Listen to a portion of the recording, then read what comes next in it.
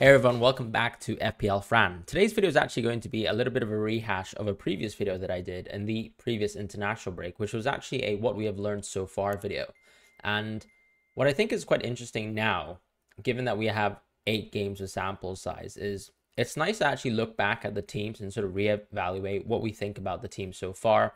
And I've also done so through the lens of, first of all, once again, expected goals so far, a team strength model that pays reference to historical precedent, a couple seasons past, obviously just waiting, recent fixtures with much more strength, and then obviously looking at fixture difficulty runs, because of course we want to translate that into an FPL scope to see what we can kind of glean from our information understanding of team strength. So the first thing in terms of teams to look at is expected goals. What I have done here is obviously mapped all sorts of teams into 4 quadrants. You have obviously the top teams in the better attack, better defense quadrant, better attack, worse defense quadrant, sort of reflecting teams that are obviously slightly worse on defense, but actually still a very, very competent attack, within the top half of attack. And then you have the exact opposite of that in worse attack, better defense, and then obviously just generally poor teams in terms of worse attack and worse defense. Now, one thing I want to say as well from the outset is even if a team is poor or if a team is very strong, it doesn't mean necessarily that the assets within FPL are good. It just shows, for example, that maybe you have a little bit more of an understanding of how teams are performing so far and how they've, let's say, moved so far as well. And I think it's worth updating our understanding from Gameweek 5, for example, up until Gameweek 9, seeing whether teams have improved or actually, failed to improve. So in that sort of better attack, better defense quadrant, I don't think there's actually been any shocking changes outside of Everton. Everton have been incredibly strong this season. And a lot of people are going to be laughing because, we have owned players like Pickford who has completely failed to deliver clean sheets apart from last week. And ultimately, they've even, for example, failed when it comes to actual performance, right? For example, in a game like the Luton Town game at home, where they created an XG of above 3, they still only scored 1 goal and actually conceded 2. So I think Everton's one of those teams clearly so far where you can say their underlying data is very, very good. And that actually gives us a little bit of confidence going forwards for Everton to get better results. But they also need to reach those better results. Whereas a team like United, for example, who we were previously talking about how they were sort of underperforming, or even Chelsea, you can see now there's a huge gulf in terms of Chelsea actually consistently being good, whereas United are actually slowly moving, fully into setting into being a worse attack, worse defense team, which is a shocking change. And Newcastle, in my opinion, obviously, their sort of strength in attack is something that's been quite shocking. I don't think it's shocking given the fact that in the opening fixture of the season, they pretty much destroyed Aston Villa. And since then have showed very consistent attacking results outside of the Man City game, which was at the Etihad. I do think you're sort of looking at a context here where Newcastle definitely are to be respected. I think they're clearly a top 4 team. And any sort of suggestion that, for example, rotation is really going to hurt them from a Champions League point of view is probably going to be wrong, right? We can just say that for now, in my opinion. They've done well in the Cup. They even beat City in the EFL Cup. They've done so well in the Champions League. Very lucky in a sense to get a clean sheet versus AC Milan, but continue to perform well in the Premier League. And that's what makes them sit here in this quadrant as the leading offensive team. And no surprise that Liverpool and Brighton are where they are too. They're arguably top 4 offenses, but clearly the defense is still lacking. I would say with Liverpool, there's a little bit of context there where unfortunately they've been playing with 10 men or 9 men at times. They've also been robbed. And there's a question to be asked, of course, of whether they remain to be a good defense. But clearly, I think there's been already a huge upgrade from last season where they were very, very clearly bottom half on defense. And clearly, for example, some transfers like Szoboszlai and the impact of, let's say, McAllister coming in has well impacted this team. The bench obviously should be quite useful now that obviously some suspensions are being served, and hopefully we get to continue to see this Liverpool team do well, because actually the context is that their fixtures have been very poor, and now that you actually have 4 to 5 golden fixtures in a row for Liverpool, very hard to see them actually, not making continuous strides here. I think you can actually even see them maybe move towards being the top offense and potentially even a better defense as well. So very, very good positive signs so far. Whereas with a team like Brighton, for example, very poor signs when it comes to defense, but still very, very consistently good signs on attack. And they are sort of playing on this model where effectively they are trying to outscore all their opponents. But you can also see, I think, that, for example, with how the keepers are encouraged to play, that so far we are seeing some poor performance from Brighton. And actually that seems to be trickling into even worse results, because not only is their underlying defensive data bad, actually both keepers are exhibiting patterns of being poor shot stoppers. And part of that, I think, is the amount of pressure they put on themselves when they make a mistake passing out of the back. And ultimately, their inability to pass out of the back comfortably is sort of costing them. So it could be a playstyle issue with Brighton, but we sort of have to keep, attuned to that. But I think right now we can already say that Brighton's definitely a team to target. And it's no surprise that, of course, Mo Salah got a brace last week. As far as obviously teams like City and Arsenal, I think they're very robust, very strong defensive teams. Not exactly been very, very on fire when it comes to attack, because actually all the expected goals for Arsenal also includes the fact that they have 5 penalties, which is 3 more penalties than any other team in the league. So that already puts Arsenal within a very good pedestal in terms of attack. And if you sort of take away the context of the penalties, I would actually say that they've been actually a very, very average attack so far, comparing to the fact that we probably expect them to be a top 4 attack. Whereas with Chelsea and Brentford, these teams have continued to do well. Chelsea, better results in recent memory. Brentford, worse results. So we can see a little bit more regression from them. But they're clearly still, around the, for example, edge of a team like United, where they're clearly, in my opinion, still, around that 8th, 9th, 10th, 11th, 12th spot and sort of teetering there. And it really depends on their sort of performance over a run of games, over a fixture difficulty. And right now they still have tough fixtures. Everton, as I said, a complete outlier, and Spurs also arguably overperforming a little bit too, because yes, of course, they sit top on the league table, but we can also remember, for example, those 3 points from Liverpool and that fixture there, it is what it is. Aston Villa, I think they've been a team so far that have been a good attack, and we can obviously see that. They are slipping on defense, but I would also say that the context is Aston Villa's best defensive fixtures are still yet to come, which is actually why I think we should still be very positive about a team like Villa. And ultimately, of course, they have had a couple of defensive injuries, so no surprise really that has had an impact on their sort of results so far. But as I say, this is a game of fixtures, and right now we're still not even a quarter of the season in, so it's no surprise that actually some of the results could have a lot of noise, which is why we'll look at a team strength model next. As far as teams within the worst attack, better defense quadrant, once again, Crystal Palace being there is very interesting.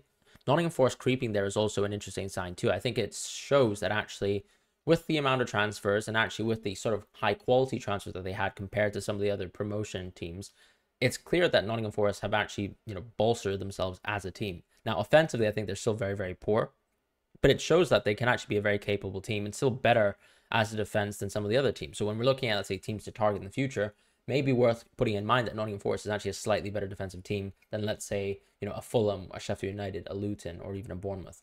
And you can clearly see that as well within the worst attack, worst defense quadrant. We've seen Wolves, for example, continue to slip on attack.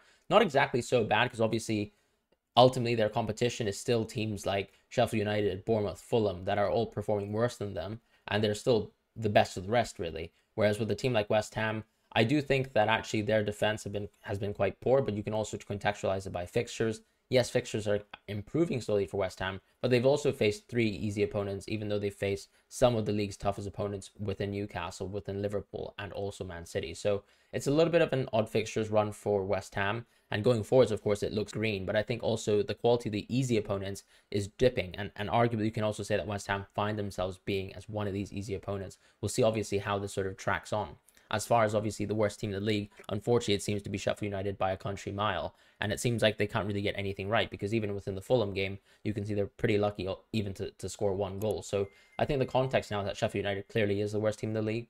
Luton and Bournemouth are sort of there and thereabouts, whereas Fulham and Burnley, I think, are on the precipice as well. But they still at least muster up something when it comes to the offensive point of view, which makes them a little bit more of a team, or teams capable of sort of escaping the relegation territory. Whereas I think still some early danger signs for a team like Luton, because I think when I've actually been looking at studies going forwards, you can actually see that historically a lot of teams that have struggled to be a good defense have actually relegated more so than teams who have actually struggled to be a good offense. So for example, a team like Nottingham Forest or Crystal Palace, they sort of have the recipe down in place. Now, if we contextualize this with the team strength model, you can actually see that a lot of the teams are much more bunched up together. That's because, of course, the historical data will actually produce less noise and people will sort of be less within sort of defined quadrants. Crystal Palace is the only team that continuously sits in that worst attack, better defense quadrant, whereas obviously our expectations for teams like Sheffield United, Luton, Wolves, Burnley, Nottingham Forest, and Bournemouth are very, very poor. It's nice to see, of course, that you have teams like Everton and West Ham that are actually still closer towards the rest of the pack, which suggests obviously that some of their assets are actually worth looking into. So for example, a Bowen, even for example, Everton, our choice of Pickford, maybe it could be redeemed. Now, it's actually more so the case that Everton have been better from the attacking point of view, which I think is quite interesting. And no surprise that Fulham as well finds themselves as a better attacking team. That was something that they sort of prided themselves on last year, despite being a very, very poor defense. And that sort of seemingly has stayed the same, whereas some weaker teams have actually joined the league. And we look at, let's say, comparing to Game Week 5, I don't think we've seen too many movements other than, let's say, Brentford slipping a little bit more. Newcastle, Arsenal, Liverpool, and City, clearly these sort of top 4 teams within our estimation. City, of course, their performances in the last few games have been poor, but of course we know that Rodri is coming back into the team, so that should hopefully strengthen the team, both from the attacking and defensive point of view. And when you look at, let's say, contextualizing United, Brighton, and even Tottenham, of course, is a team that actually have continued to improve in recent weeks, whereas United and Brighton, in my opinion, have been slipping. Brighton mostly just because their defense have been so poor, whereas Chelsea, of course, continue to be a very, very sort of solid, robust team, similar to Villa. And where I think now Chelsea's entering a poor run of fixtures and Villa's entering a good run of fixtures, you can see a little bit more movement in the future, and we would expect that. When we contextualize this within fixture difficulty, the first thing I'd like to look at is offensive fixture difficulty, and this has, of course, been provided by FPL Chase on Twitter, or X. Ultimately, this fixture difficulty chart goes from easiest to hardest at the bottom. So, of course, blue being the easiest. Crystal Palace, unfortunately, there's just no assets that we can really target outside of Edouard because of Eze's injury. And I think that makes them very, very hard to sort of justify going towards. Sheffield United as well. We all own Archer probably. And it's hard to sort of play him each game, even though Sheffield United are so poor. So it's sort of a case where you need a golden fixture really to play Sheffield United players. Arsenal, obviously having great fixtures, suggests that obviously it's a great time to hold Arsenal assets, and probably a good time to actually consider moving your Spurs assets into Arsenal assets. As you can see, Spurs' sort of fixture difficulty from an offensive point of view is continuing to drop in the future. This, of course, sort of looks at the future 4 games. It's not exactly as long-term as 6 game weeks or 8 game weeks, but it's just sort of worth looking at, for example, some of the firepower from the attacking point of view. Who would you like to keep for the time being? Aston Villa being high also suggests this is very good, for a good time to actually continue to own Diaby and Watkins, even though they haven't been exactly, setting the world alight. As far as Wolves, once again, a good time, for example, to own Neto and Hwang, the enablers within our drafts. And in West Ham, of course, you have a player like Bowen. I do think he's actually risen a lot in price, and I think maybe a little bit overstated as a pick, but I still think he's a very, very good one. Bournemouth, you have Solanke pretty much as the talisman there. Burnley, I think it's a case where Foster is a very, very good enabler, but nothing beyond that. And then obviously the teams within this list, you have some great teams, of course, because of team strength. Liverpool, for example, Man United, Man City. These are all teams that are still fantastic, even Tottenham, for example. So I don't think necessarily we're saying that their assets are poor. It's just so a case that to suggest that, of course, fixture difficulty for other teams is a little bit better. With Liverpool, what I would say is that I do feel that Salah is probably the only pick I would go for if I was going for a Liverpool team. It is nice to maybe go towards a Szoboszlai differential punt, but ultimately it's Salah or bust for me. And when we look at City, of course, I think it's time to, for example, restrain yourself from maybe owning 3 City attackers, maybe 2 is as best as you'd like to go. As far as a team like Brentford, this is probably the time where you want to look at, let's say, someone like Mbeumo and reconsider whether you actually want to continue owning him beyond the Burnley game, because obviously the Burnley game is fantastic, but after that, there isn't really too much of a reason to own Mbeumo until later on. And of course, we know that Tony is also sort of looming, but of course, that's probably 13 game weeks away. As far as Tottenham, it's a case where I think they're actually a very, very good attack and probably better than our sort of estimations. It's just the reality of whether you actually want to continue to own these Spurs assets, as I said, or own the Arsenal assets, who seem a little bit more appealing from the fixture difficulty point of view. And we actually look at, let's say, defensive schedule difficulty. This is a time, I think, where we can clearly see that Aston Villa, once again, not only do they have good offensive fixtures, they've got good defensive fixtures as well. Whereas a team like, for example, Brighton, who have been so poor, this is actually, a scope for them to actually do well beyond, for example, the City game. Because after that, in reality, you're looking at really, really good fixtures for this Brighton team going forwards. It's nice to see West Ham up there as well. Tottenham also suggesting that, for example, keeping your Porro and your Udogie can be very valuable, continuing, as long as they actually have continually good minutes. And when we look at, let's say, United, once again, I mean, this is a team that we rated from a defensive point of view just purely because of fixtures, but because they've been so poor, unfortunately, it's very hard to sort of justify owning 2 United defensive assets, not even 1. So I do think it's a scenario where you can obviously look at investing towards United pick, but it's also a question of whether you are a fixtures over form person and whether you're actually able to look over, let's say, United's really, really poor form. Ultimately, without, let's say, McTominay absolutely bailing out versus Brentford, the results would have continued to stay very poor for United, and actually the underlying stats suggest and tell us exactly the same. As far as teams in the bottom quadrant here, I think it's very obvious that, the call-outs here are, for example, City and Chelsea having bad fixtures. No surprise that we've moved out of our sort of City and Chelsea picks. In terms of, let's say, a team like Arsenal, in my opinion, their schedule difficulty is also going to slowly improve. And actually, because they're actually such a top level defense, as long as they're sort of sitting within the mid table for now in terms of fixture difficulty, it's always justified to actually own an Arsenal asset, because they are clearly one of the top 3, top 4 teams within the league when it comes to defense. And Newcastle, obviously being high up there, continues to suggest that even, for example, as soon as Gameweek 9, you can be looking at bolstering, for example, with another Newcastle asset, or for example, going towards Trippier if you haven't done so already. And that's, in my opinion, sort of the estimations of the teams. And this is sort of what I wanted to sort of recap in terms of the What We've Learned series. I think it's a very interesting time to actually sort of look at the team so far, contextualize them, and actually going back, for example, to our very form-based chart here in terms of expected goals. No surprise really in terms of the teams within these quadrants outside of, in my opinion, Everton and, for example, United. I think Everton, for example, one of the more overperforming teams against expectations, and United one of the worst teams when it comes to performance against our initial expectations when it comes to, let's say, even Game Week 5 or Game Week 1. So very interesting to see how things have moved on now that we're 8 game weeks deep into the season. Of course, we'd like to see a little bit more context coming through for teams like Everton, seeing if they can actually maintain this run of form. And obviously United having 3 out of 4 fantastic fixtures, interesting to see what they can do with them. But ultimately, I think this is an interesting sort of point of view and stopping point before the next international break, and we can sort of revisit this in the future.